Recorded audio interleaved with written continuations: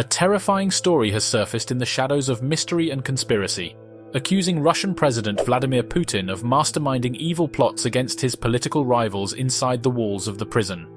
Allegations and reports have surfaced, indicating a clever and deadly scheme to poison everyone who stepped to place doubt on his regime's authority in order to silence them. In light of this, the subject of our video for today is how Putin poisoned his political opponents in prison. Alexei Navalny presented his case in Siberia, and shortly after, he boarded a flight to Moscow. However, the flight was abruptly rerouted to Omsk. Navalny, who had been poisoned, passed out on the aircraft.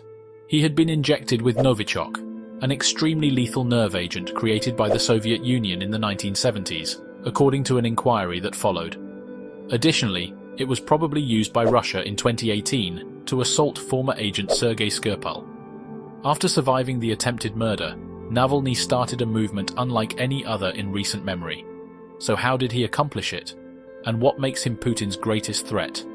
To find out the answers to these questions, watch the video all the way through. Do you know who Vladimir Putin is and when he was elected president of Russia? Before we go any further, Putin assumed the office of the Russian president on December 31st, 1999. Putin surrounded himself with the most influential people in Russia in order to maximize his control.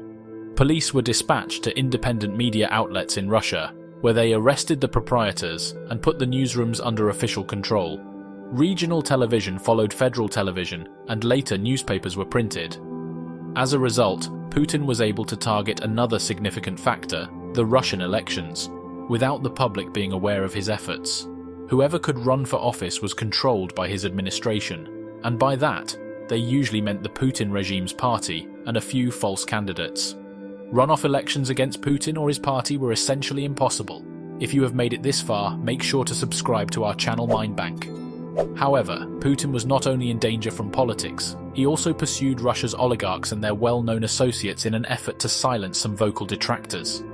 In the early 2000s, the majority of Russia's wealth was concentrated in the hands of a small number of extremely influential people.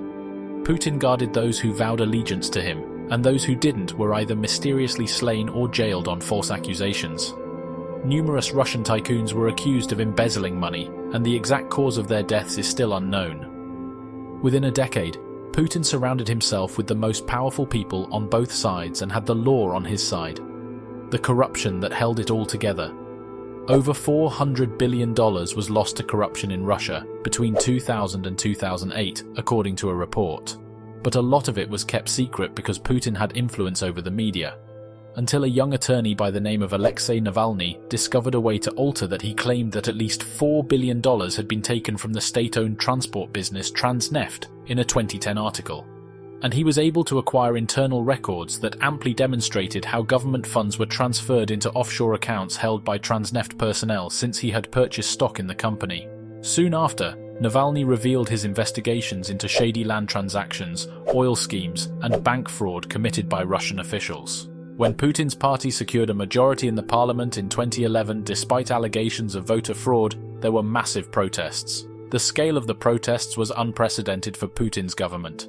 Navalny was one of the principal organizers as well.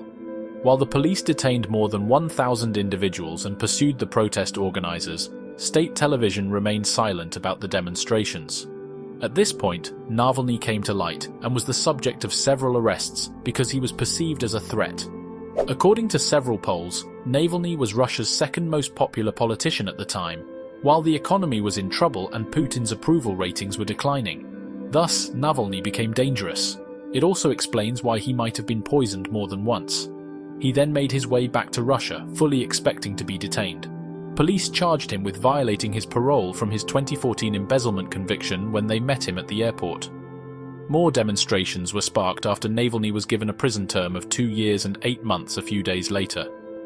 Navalny was imprisoned once more, but his movement persisted in the streets. Navalny may have discovered a method to create a movement that may outlive his freedom by exposing Putin's dictatorship for 10 years. We're done here for today. Please share your opinions in the comment area. Take care until next time.